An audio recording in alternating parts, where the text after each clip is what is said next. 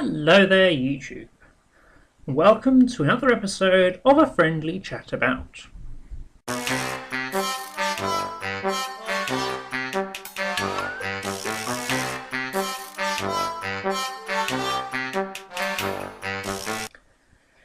Yes, I know these classic editions are reprints. Yes, although the text has been cleaned up, the text has been altered, the layout's different, there's new artwork in them.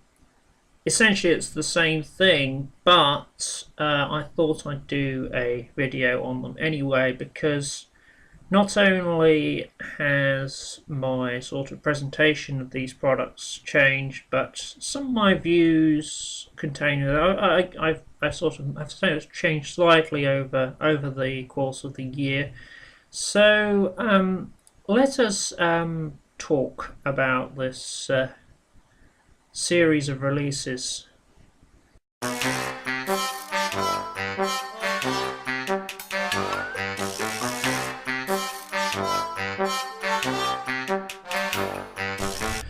The first thing you're going to notice is these are big buggers.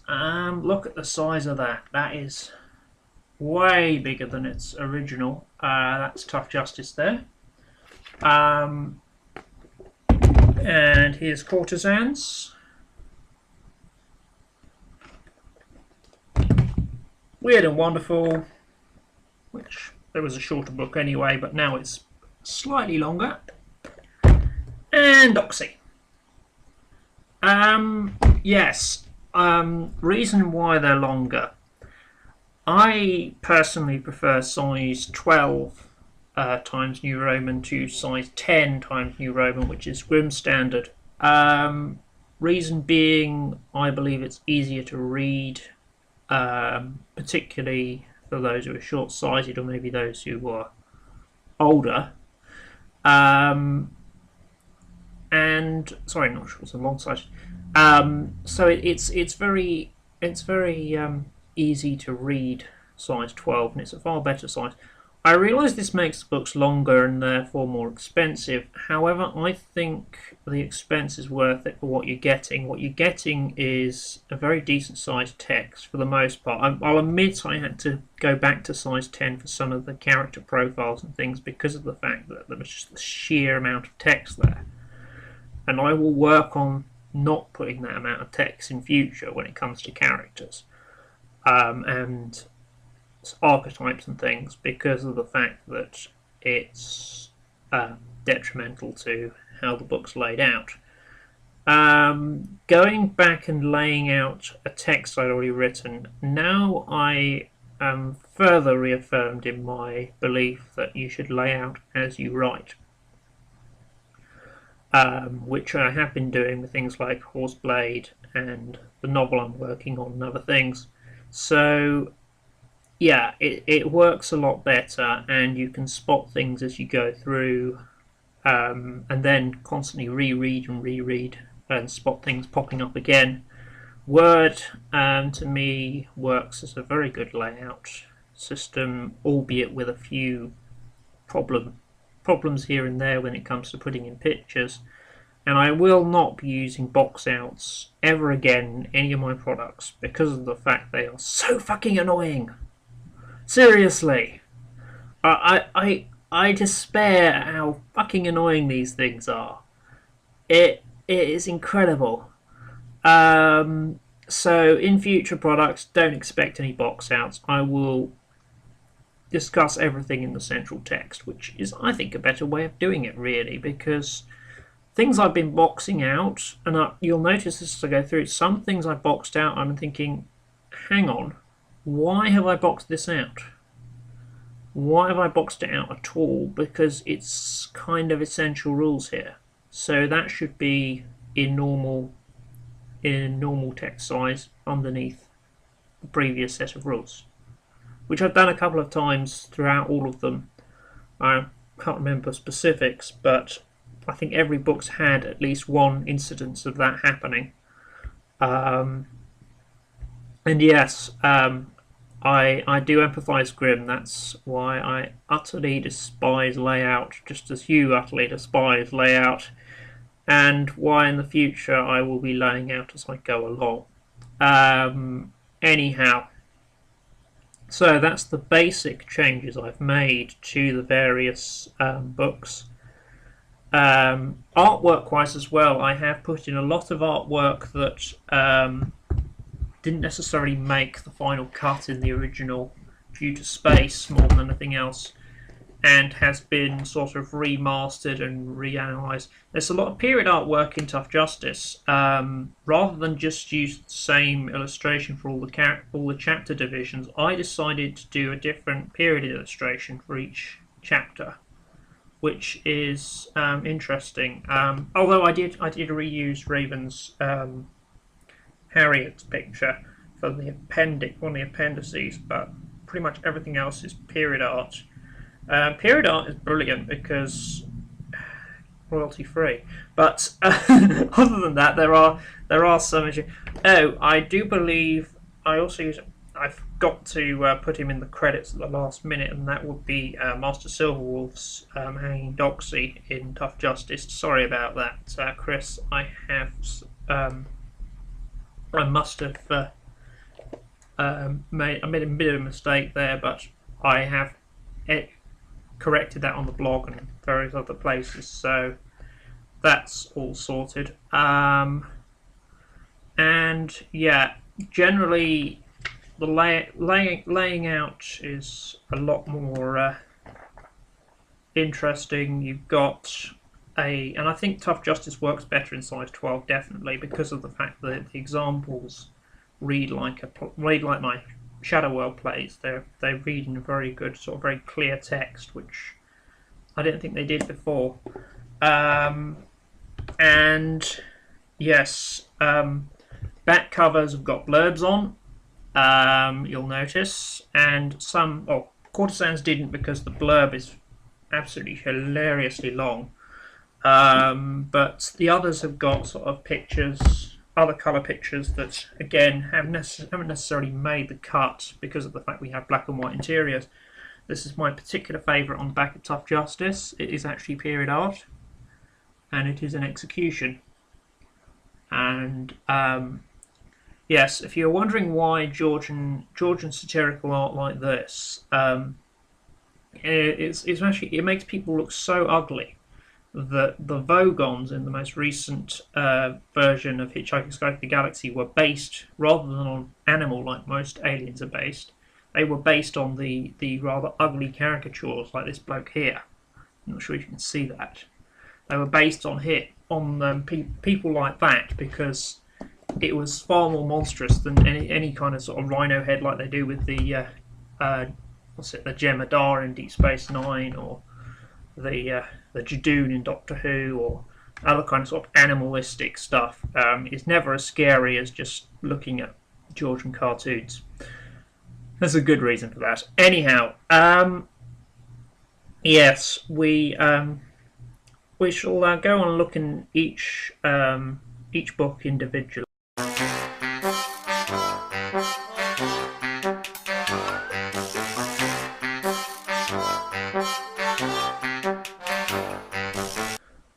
I really should have done Tough Justice first, but I decided instead to do these in reverse order because I was planning on reusing an old layout file for Doxy, but apparently that file didn't work anymore because it was made on a different version of Word or something, so I had to do that from scratch as well, which was irritating.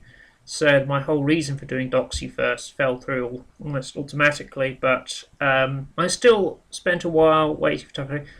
The main reason, I think, was because of the two different kinds of boxes and that gimmick, which I will never repeat because it was irritating. Something I forgot to mention previously, all of these books don't have my rather lengthy afterwords in them. There's a good reason for that, and far be it for me to actually take my most sort of negative review into account, or well, a lot of reviews I've had that are positive have mentioned this as well, but my afterwords do ramble a bit, and they don't seem to make they seem to be sort of justifying everything when I don't really need to justify myself. I've got YouTube to do that now. I don't really need to go off on great big fucking great rants. And with Tough Justice, it was particularly good that I didn't reprint it because my opinion has somewhat evolved. In that I'm more or less anti-death penalty. I still believe there may be some people who are so far gone that not necessarily not necessarily need executing, but they need sort of putting down because of the fact that they've just got so far, and it's more of a kindness than anything else. But that would be an extremely rare occurrence. Even now, I say things, even the folk that I used to say should get it, the Huntleys, the Bradys, there's still a human there, and that's what we really need to establish and remember. For as much as various people in the press will go on about, oh, this monster killed a kid, and oh, bring back hanging, there's still a human down there. There was a very good documentary by Channel 4 called The Execution of Gary Glitter, which was a bit controversial because of the fact it used a real convicted sex offender, Gary Glitter, who was a pop star, also known as Paul. His real name is Paul Gadd, and it used in a hypothetical sense where if hanging had been brought back for child molesters, and it was a very intense docudrama, and as horrible as Gadd appeared, there was still a deeper humanity to him, and that really sort of hit home. And even though they had contributors it was kind of a mix between documentary and drama, because they had some of the fictional characters coming in saying, oh, this is why we've brought back the death penalty, this is how this works in our new system. But also they intermixed that with real interviews of real characters like Anne Widdecombe, who's a very pro-capital punishment person, despite being supposedly a Catholic, and they're very anti-capital punishment these days. Yes, it's a very interesting thing. I think what really hit home was when Widdecombe said that a society with the death penalty recognises evil and takes steps to recognises evil exists and takes steps to combat it. And the more I look at the so-called evil people in the world, the more I see just really unfortunate and confused humans. Some of whom I will admit there seems to be very little hope for. But the majority of whom are just like you and me, really. That's the thing. You're the biggest sort of psychotic and psychopath. There's still a human being under there somewhere, and that brings up some major problems with the whole idea of the death penalty. So yeah, that's Tough Justice. I think I've gone on a bit too long for that assessment, but I think that was needed.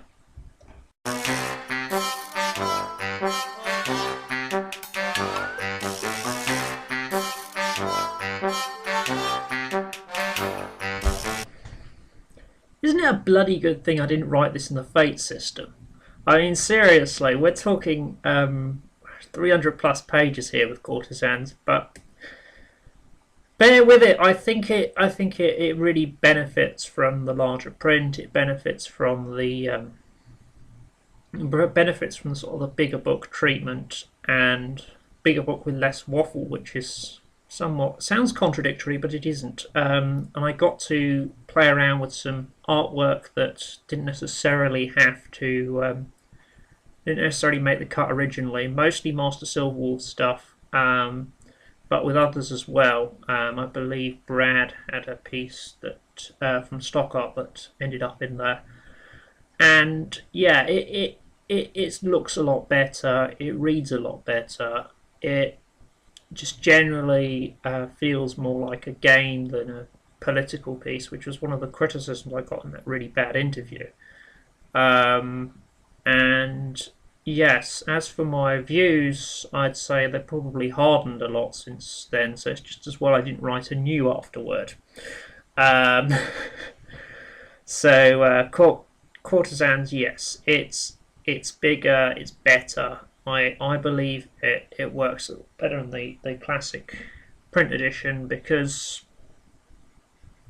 it suits the topic more, and I believe that you need some kind of comprehension with this, comprehensive treatment with this, because it is probably my most serious game, and well, maybe second if you count Doxy, but it needs to have that space. Lots of the character bios have been simplified because of the fact that even with shrinking the text down, I couldn't get them into the format I wanted them. Obviously, those will be completed when we get the novels out, if I can ever get round to writing the buggers.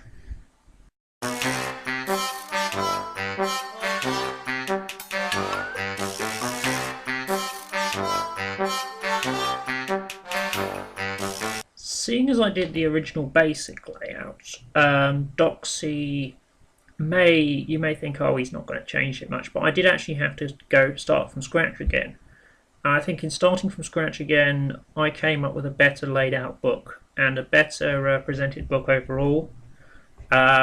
Again, it's a bloody good thing I haven't done a new afterword or included the old one, because when it comes to society's complete ignoring of the downtrodden, I'm fast approaching far left in that particular aspect of my my beliefs. If I wasn't already there. But yes, Doxy is perhaps my getting all the sort of baser side of my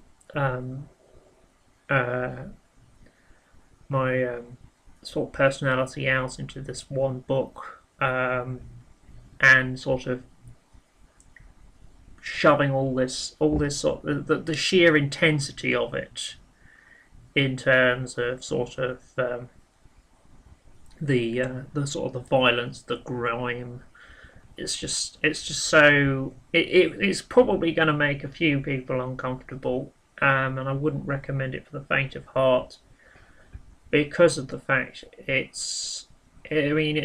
do draw the line at sexual violence, but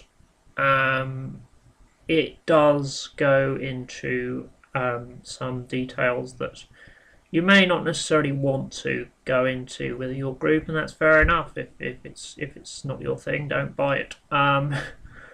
But yeah, how many times have me and Grim said that? But also, it's the one with the proper combat system. This combat system has been sort of exported for the other two into a book called Grim and Gritty, which, well, I say it's a it doesn't quite fit with the other classic editions because of the fact that I just basically upped the print size and slapped a barcode on it. There wasn't that much to do editing wise, so Grim and Gritty I won't be discussing here because it's pretty much unchanged. But Doxy, yes, probably the most intense, brutal and grueling of them. Probably not the one to start with.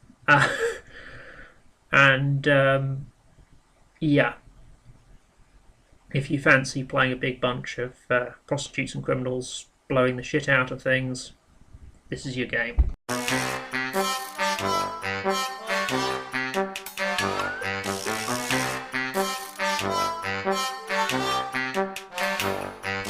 It was fun going back to Weird and Wonderful, particularly in light of the fact that I've since developed Horseblade 20,000 off the Courtesans 20,000 setting, and that surprise, surprise, the war game has a better background than the role-playing game. Yes, I will be fixing that eventually. But as sort of starter suggested settings and suggested systems for these settings, these three work very well in companion with Courtesans, obviously. I do call it a bestseller on the back of the book. The reason for that being, for some reason, Weird and Wonderful sold far better than any, from what I hear from Grimmer, sold far better than any other paid product I've ever released. And I don't understand why, because it's a supplement. And you need Courtesans to play it. So I assume people have been mining the setting ideas more than anything else. But yeah, whatever you like to do with it. It's a good book. It's got its pros, and the three settings presented are great starting blocks, I think, for a sort of a greater role-playing experience. As I said, I will be expanding 20,000 for definite in Quizzes Bulletin, which should be coming as and when I've cleared this fucking great backlog I've got. And I think the others have potential as well, but I can't necessarily guarantee I will go into further detail for them, because all depends on sales and all depends on I'm in business then. Don't worry about that. I've got plenty to go before I'm starting to panic about the business. Anyhow, yeah, that's Weird and Wonderful.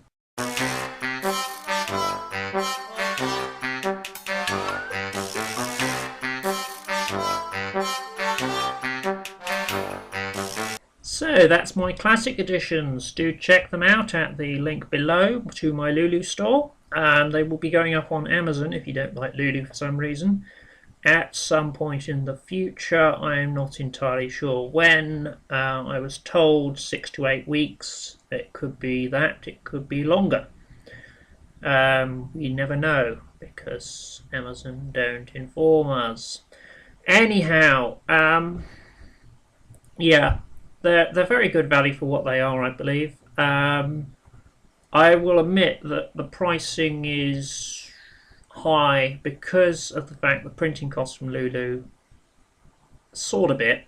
Not too expensively, I don't believe, but the fact that these are large books as well means we're going to have a slight problem there. But I'm not planning on doing books necessarily this long anytime soon, but coming up we've got the comic is in hiatus at the moment due to some things with the artist. If you're watching this, Dale, take your time, don't worry. But I am working on a history fast guide to Georgian slang, because Tough Justice, I was going to put the slang dictionary in and I realised it will probably take up, in size 12, it probably take up a lot of pages. I was damn right. As soon as I put it into the working file of this slang dictionary, it was about 108 pages on its own.